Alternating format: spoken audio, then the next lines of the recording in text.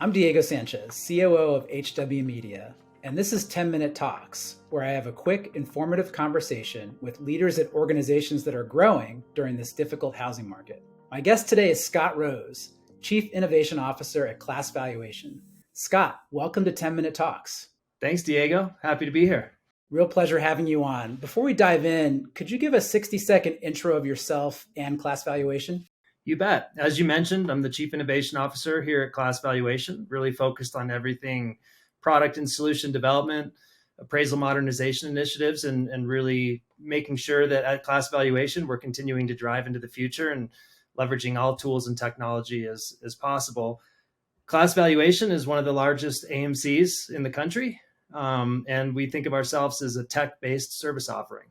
So we really focus on bringing technology to the process to ensure we provide the best experience for our customers and all of our stakeholders. And what attracted you to this role? You've been in the valuation space for over a decade. What got you excited about joining Class Valuation? It was really exactly that. So I joined Class Valuation in 2018 when it was acquired by Narrow Gauge Capital. And it was really an opportunity to take a really high quality service offering and layer in technology and really bring this profession and class into the future. We knew we had a great operating platform, and we knew the industry was getting ready to go through drastic changes. And there was a lot of opportunity in that. And that's what got me excited to come and join Class. And now I would say, after being here for 5 years, it's really the team of people that I get to work around every day that gets me excited to be here. We have a great group of people. Everyone's really excited to participate in what we're driving, and it's a great group to be a part of. I've had the opportunity to meet several folks on the team and agree, very, very personable group, very mission-oriented group, very excited about the future kind of group. So maybe tell me a little bit about the tech that's in the platform. You said that's one of the reasons that you got excited about the company. What is some of the tech that you're building at Class Valuation? Well, it really crosses the full spectrum of our solutions. I would say some of the key areas we focus is obviously on our day-to-day operations. We leverage AI and other tools to understand how to best assign our appraisal reports out to our network of appraisers. We call it Smart Assign. And, we have data scientists working in the background, continuing to tweak our models to ensure we're getting the right orders in the right hands for the best results. Smart QC, when we get the orders back in, and ensuring we're driving the quality control process appropriately for each client independently. Also layering in tools to help support and mitigate things like appraisal bias that are kind of front and center in our industry today. So really leveraging tools to ensure that we have the best operating platform. And then on top of that, focusing on modernizing the appraisal process.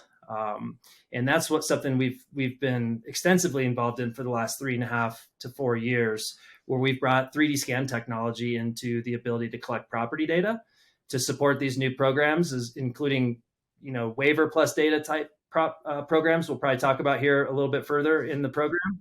And then also for hybrid and desktop and these new solutions that we can leverage to improve the overall process. Yeah, let's talk a little bit about those initiatives and programs. Fannie Mae recently approved Class Valuation for a new program that removes traditional appraisers from the valuation process. Could you tell us a little bit more about this program and your involvement? Yeah, so something we've been working on with Fannie Mae. We've also been working with Freddie Mac over the last several years in test and learn. And it's really only a component, pretty small population of loans that will actually not end up utilizing an appraiser in the process, more similar to the waiver programs that we've been familiar with up to this point. It's nothing really new. It just allows for, in certain situations where, Fannie Mae or Freddie Mac leveraging their products, Freddie with their ACE program, ACE plus PDR, or Fannie Mae with the new value acceptance plus data. The value acceptance program is how they're kind of rebranding their waiver solution. And the value acceptance plus data just means, hey, look, we have pretty low risk. We're not overly concerned about the valuation on this property, but we do want to understand more about the property itself. So we want to layer in some data collection. We want to get somebody out there and collect information about that property and ensure it's in good condition and that there's really nothing, related to that property that would be of concern for the GSEs. This topic the evaluation topic has been one of the most engaging for the HousingWire audience, I want to say for the past 3 years. It's really been front and center. Anytime we publish an article on the topic or we do a virtual event, people are really engaged. A lot of folks want to learn more about what's happening in the space. Why do you think that is? Why do you think it's so top of mind right now for the housing professional? Well, I think it's probably a couple of reasons. One, though, probably front and center is during 2020 and 2021, previous to that in 2016, we've had these spikes in transaction volume where appraisal becomes the long pole in the tent. And it really negatively impacts everybody involved in the mortgage transaction because we did not have enough appraisers available to us to fulfill the number of transactions that were needed in the marketplace. So we start seeing extended turn times, really high cost, cost driving up considerably for the consumer because the demand on that network of individuals. And so we've been thinking about ways to try to scale that a little bit more going into the future. We also have a declining population of appraisers. People talk about that often, and we're trying to get out in front of that.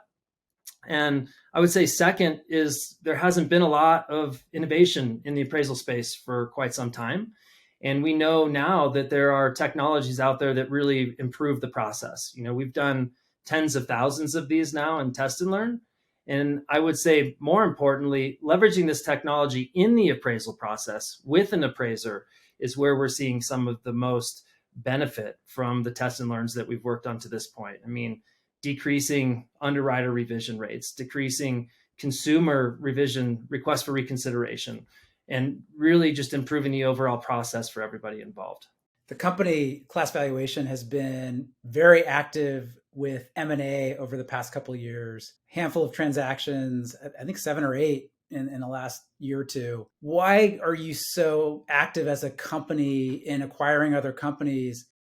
What opportunity are you seeing that maybe your competitors aren't seeing right now? Well, I think, we're very bullish on the future of valuation and the fact that Class has invested so much in these technologies to support the direction in which it's going. And so our M&A strategy allows us to grow during, somewhat of a difficult market that I think everybody's so familiar with. But we know with that growth, we can acquire these companies and we can layer in our tools and our technology to really support that customer base. There are different geographic regions we can get into where maybe certain companies had a better success or had more success, and allowing us to leverage that and bringing it into Class, but also supporting them with more technology to improve the platform that they're on as well. Different verticals, distributed retail, is an area that we've learned a lot, and we're excited about continuing to expand and improve the experience in that space. And so we've been focused on, companies that specialize in that arena, and really, excited about being able to bring strong solutions to that group. You mentioned the difficult market we're in right now, but housing is cyclical. We know that there's a next boom just around the corner. How are you and the rest of the leadership team at Class preparing for that next housing market? I think everything we've been talking about, I think it was actually Clayton that asked me on one of the podcasts not too long ago, like, what are we doing differently? And we're not doing a lot different. We're staying focused on our goals and our mission and what we're set out to do years ago. And now is a great opportunity to do that. Why things are slower, continuing to focus even more on these initiatives to ensure as that market comes back, we are prepared to really continue and scale when those markets return.